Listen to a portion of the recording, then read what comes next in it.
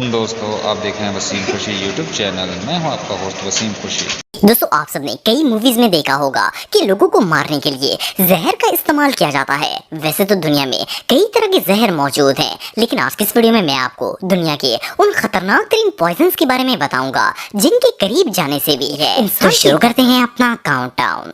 Thallium. दोस्तों thallium असल में एक बहुत ही रेयर और डेंजरस पॉइजन है। इसे सन 1861 में बनाया गया था। इस केमिकल को मेटल रिफाइनिंग के लिए और चूहे मार अद्वियात के तौर पर इस्तेमाल किया जाता था। शुरू में इस एलिमेंट का इस्तेमाल न्यूक्लियर टेस्टिंग में भी किया गया था, लेकिन आप बिलीव नहीं करेंगे कि कुछ लोग ऐसे थे जिन्होंने इसका इस्तेमाल इंसानों को मारने के लिए शुरू कर दिया था। असल में एक ऐसा केमिकल है जिसकी ना तो खुशबू होती है, ना जायका और ना ही इसका कोई कलर होता है। इवन अगर इसे सादे पानी के अंदर भी मिक्स किसी को पिला दिया जाए तो इसे अंदाजा भी नहीं होगा कि इस पानी में जहर मिलाया गया है। लेकिन ये जहर इतना डेडली होता है कि जब ये इंसान की बॉडी में जाता है तो इसका बचना ऑलमोस्ट इम्पॉसिबल हो जाता है। या तो बंदा कोमा के अंदर चला जाता है और हमेशा के लिए कोमा में ही रहता है, या तो वो बंदा कैंसर की आखिरी स्टेज का मरीज बन जाता है और इसी हालत में इसकी मौत हो जाती है, क्योंकि ये जहर इंसान के नर्वस सिस्टम पर अटैक करके इसे मफलूज कर देता है। दुनिया में बहुत से ऐसे माफिया और क्रिमिनल्स ऐसे हैं जो लोगों को मारने के लिए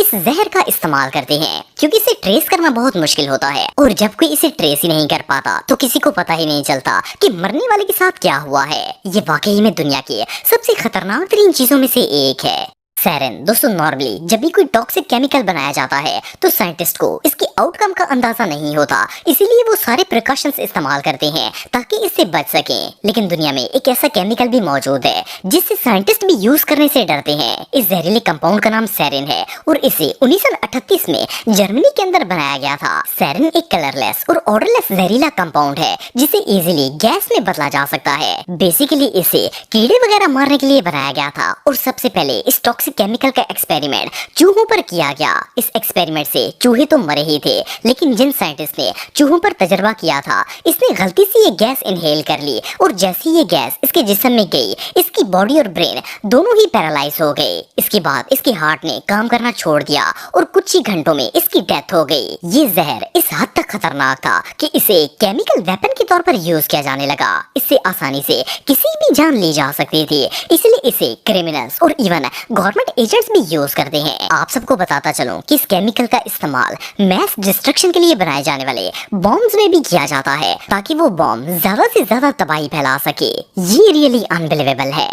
नोविचॉक। दोस्तों वैसे तो दुनिया में बहुत से जानलेवा जहर मौजूद हैं, लेकिन क्या आपने किसी ऐसे जहर के बारे में सुना है जिसे इंसानों को मारने के लिए ही बनाया गया हो? ये जो डेडली पॉइजन आप देख रहे हैं इसे 1970 में रशिया के साइंसदानों ने इजाद किया था। इसका शुमार दुनिया के सबसे डेडली टॉक्सिन्स में किया जाता है। इसकी ना तो कोई स्मेल होती है और ना ही टेस्ट होता है। ये जहर पाउडर और लिक्विड दोनों फॉर्म्स में बनाया जाता है। नॉर्मली इस तरह के केमिकल कीड़े मार अद्वियात के लिए इस्तेमाल किए जाते हैं, लेकिन रशिया में नोविचॉक पॉइजन लोगों की जान लेने के लिए यूज किया जाता है। जनवरी 2021 में रशिया के फेमस लॉयर एलेक्सी को भी यही जहर देकर मारा गया था।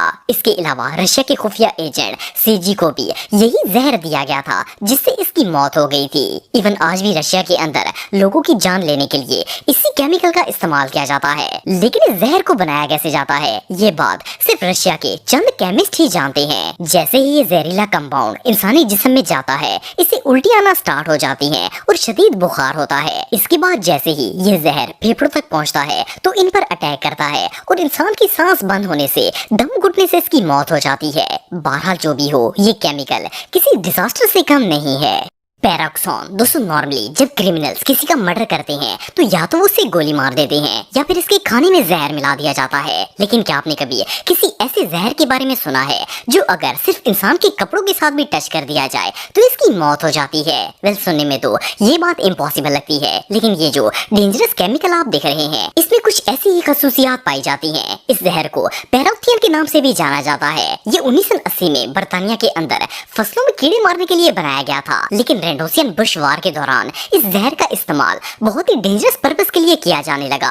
असल में ये एक ऐसा केमिकल है जो स्किन के जरिए इंसान के जिस्म में दाखिल हो जाता है और सीधा इसके नर्वस सिस्टम पर अटैक कर देता है। इसकी वजह से इंसान को फौरन हार्ट अटैक आ जाता है और इसकी इंस्टेंटली डेथ हो जाती है। जंग के दौरान ये जहर सोल्जर्स के कपड़ों पर लगा दिया जाता था। जब वो इन कपड़ों को यूज करते तो इस पर लगा जहर इनकी बॉडी में एंटर होना स्टार्ट हो जाता और फिर कुछ ही देर बाद वो सोल्जर्स हार्ट अटैक से मर जाते थे। वैसे तो 1998 में इस केमिकल को बैन कर दिया गया था, लेकिन आज भी दुनिया में बहुत से ऐसे क्रिमिनल्स हैं जो लोगों का मर्डर करने के लिए इस जहर का इस्तेमाल करते हैं। ये रियली बहुत डेंजरस है।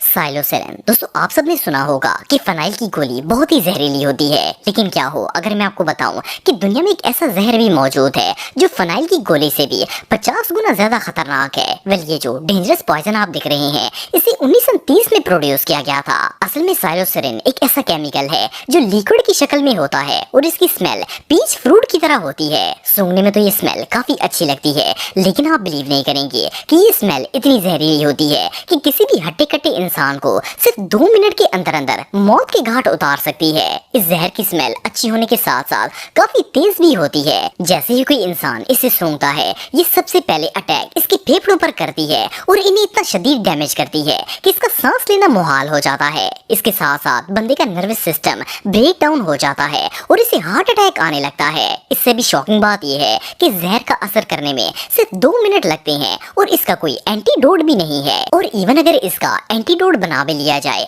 तो बंदे के पास इतना टाइम ही नहीं होता कि वो इसे यूज कर सके। आप सबको बताता चलूं कि वर्ल्ड वार 2 में हिटलर की फौज ने भी ये जहरीला केमिकल इस्तेमाल किया था और लाखों फौजियों की जान ली थी। वेल, ये दुनिया के ऐसे खतरनाक तरीन जहरों में से एक है जिसने इंसानों की सबसे ज्यादा जान ली है। ये सच में किसी डिजास्टर से कम नहीं है।